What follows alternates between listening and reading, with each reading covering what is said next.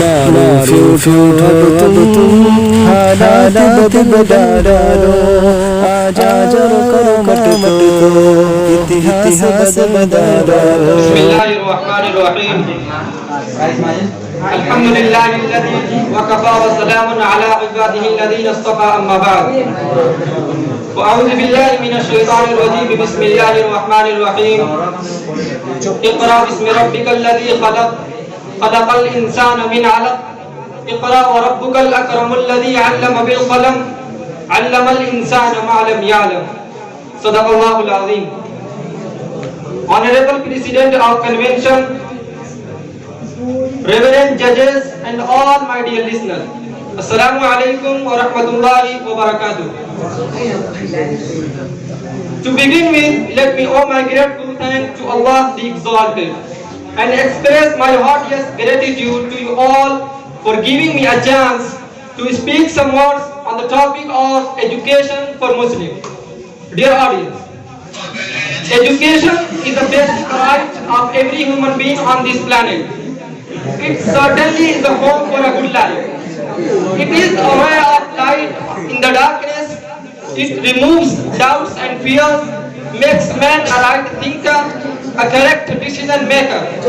It achieves this by the bringing him knowledge from the external world, teaching him to reason, acquainting him with the past history, so that he may be a better judge of the present. Without education, man as it were is shut up in a windowless room. With education, he finds himself in a room with all its windows open to the outside world. Dear audience, according to a tradition, one night in the year of 610 AD, the Prophet of Islam was secluded in the cave of Mount Hira. Suddenly the angel Jibreel appeared and said, "O Muhammad, read." Prophet Muhammad being a leader said, "Ma ana biqari, I cannot read." The angel again said, "O Muhammad, read." Prophet Muhammad repeated his answer. Then the angel embraced him and he began reading the revealed words. Dear friends, this was the first revelation which came down from God to the Prophet Muhammad. The first lesson that Prophet Muhammad received was to educate himself, increase his learning. It can be put into other words: learn even if you cannot learn, read even if you cannot read.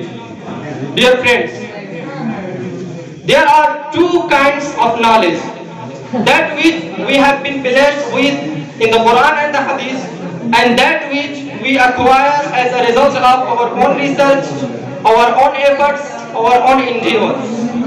The first kind acquaints us with our Lord and makes plain the issues to be faced in the everlasting world. It shows us how to live, how to pray, how to speak, how to behave, how to survive, and how to prepare ourselves for the past dead period. The second kind of knowledge provides solutions to the social and economic problems which we encounter in everyday life. So my dear listener, it is imperative that we should seek both forms of knowledge, but we should never lose sight of the fact that they vary considerably in importance.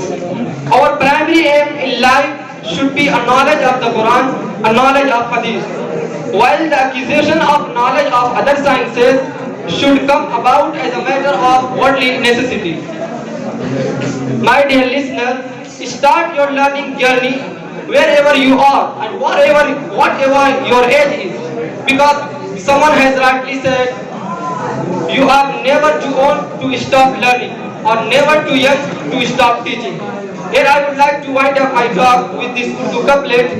حیرت ہے کہ تعلیم و ترقی میں ہے پیچھے جس قوم کا آغاز ہی اقرا سے ہوا تھا. وآخر دعوانا الحمد للہ رب العالمین.